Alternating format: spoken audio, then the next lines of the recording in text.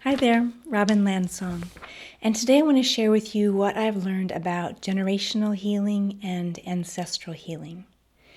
And so the reason this became important to me is that as I went further in my work, I've been doing healing work for people for about 16 years, and maybe about 5 years ago, I started to realize how much what I was seeing in the body and the being of the people I was working with didn't begin in their lifetime.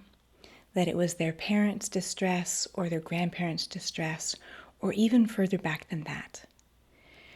And I was able to see that lineage of unresolved trauma or lack of need being met. And so whenever I see these things intuitively, I like to get training to really fill out my understanding. So I began reading and researching on what other people have developed around this.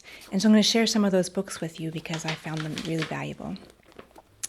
So first is Malidoma Somé, Healing Wisdom of Africa. And I really can't recommend this book highly enough. It's just very rich and has lots of importance on why that healing is so critical for our culture and certainly us as individuals. Here's another one that I got a lot out of, Desmond Tutu, the book on forgiving. And again, just the bigger cultural context of when there's been oppression or violence or people haven't been able to really thrive because of some injustice, how much that gets carried from generation to generation. So here's another one that I really loved. I printed out the cover because I can't find my copy. I lent it to somebody. The Smell of Rain on Dust by Martin Prechtel. And this book really changed my perspective and really gave big, clear pictures about how when something has happened in one generation, that it's just waiting to be witnessed. It's waiting for someone to be conscious enough to say, I see you. That was unjust. And I see the ways that that impacted the feeling of wholeness on the generations afterwards. And one of the methods that I really like, Ancestral Medicine by Daniel Fior. And he does online groups, and he's got the book, and he's trained other practitioners in how to do the live workshops, and it's very ritual-based. And I really like this program because of all the programs I've looked at as far as ancestral healing, this one is the safest that I've seen and has the most well-thought-out steps so that people don't get in over their head too quick or end up being really naive about the magnitude of the trauma that could have happened from World War I, World War II, the Holocaust, slavery, and just all the major disruptions in human history. And as I work with people, how much it goes back to these major cultural, societal, government disruptions where people were fundamentally not safe and not seen. And the research I was really fascinated with about the Holocaust is that, of course, for the people who actually went through the Holocaust, that many of them, those who didn't die of blatant physical harm, many died of stress, depression, and just sadness. And then there's their children born after the Holocaust, and the oppressive lack of being able to speak of the magnitude of what happened and the lack of being able to get something like that done in one lifetime or even the next. And then the research done on their children. So this is 2 generations after. And this generation has a disproportionate amount of health problems. And so it tends to be the harder to diagnose fibromyalgia, rheumatoid arthritis, autoimmune, lupus. And those are the harder to figure out what's the source of this illness. And so when we look back 2 generations and that the magnitude of stress that couldn't be dealt with in that lifetime, and to also think about so many people were traumatized, who was available to be the healers for them? And again, in this lifetime, who was up for hearing those stories? So that's what really opens my heart about this work. And the more I work with people around this and see the shifts that can happen of, someone's been working on like, why is my self-esteem so low? Or I have this hole in my self-worth. Or I get triggered and angry about this thing that doesn't make any sense in my lifetime. And so what I love to do with people is use my intuition to get curious about where's the original distress and trace that back. And I'm often able to kind of look at people as I'm working with them and think, grandmother, great-grandmother. And then I can get some sense of the story, some impression of the story. And that helps people, look inside their own emotional body, their own physical body, and see, that feels really validating. I didn't know where it came from. And I want to share another piece of research that I found really intriguing.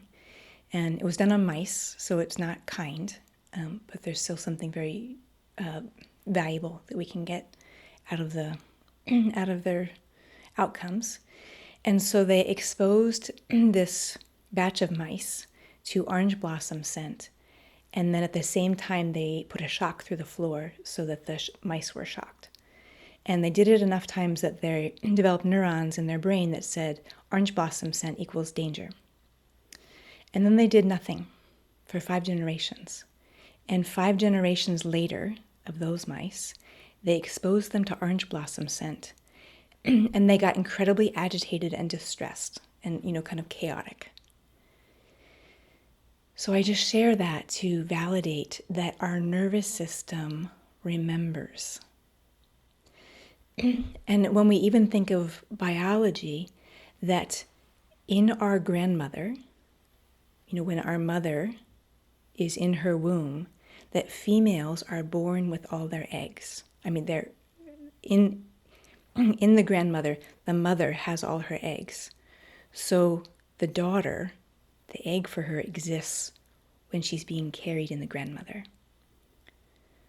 So if you don't think that the alcoholism or domestic violence doesn't get directly paid down if it's not addressed, we just need to look at biology. And so what I love to do is to help people unravel the mystery, I'm able to look inside people's body, at their tissue, at their nervous system, even at cells, and just see, there's something amiss here. And where does it come from? And then part of my method for helping people is compassion. And so my job is to be compassionate witness. And again, to say, I see you. I see your distress is real.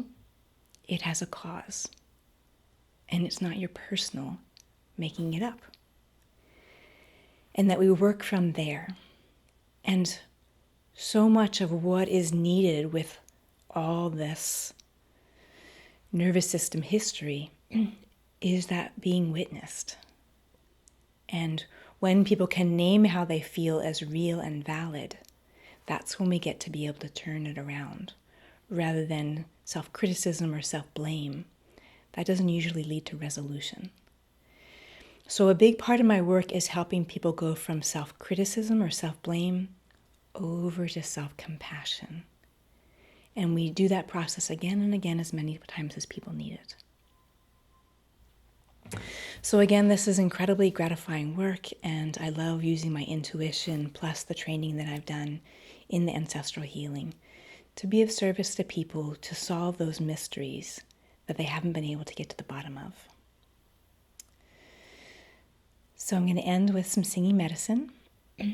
And really, if you're interested, let it really settle into those places that need nurturing, that need softening, that need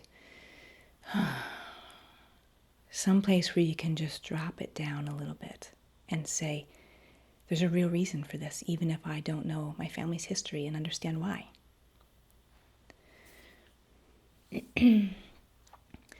Humehamo eaeo. Humehamayam hayayo. Humehamayam hayaya. Humehamaya hoeyam. Humehamaya ho ho ho. So if this feels like something that matches what you need, I'd be delighted to work with you. And I do small groups and also individual sessions. And I look forward to meeting you.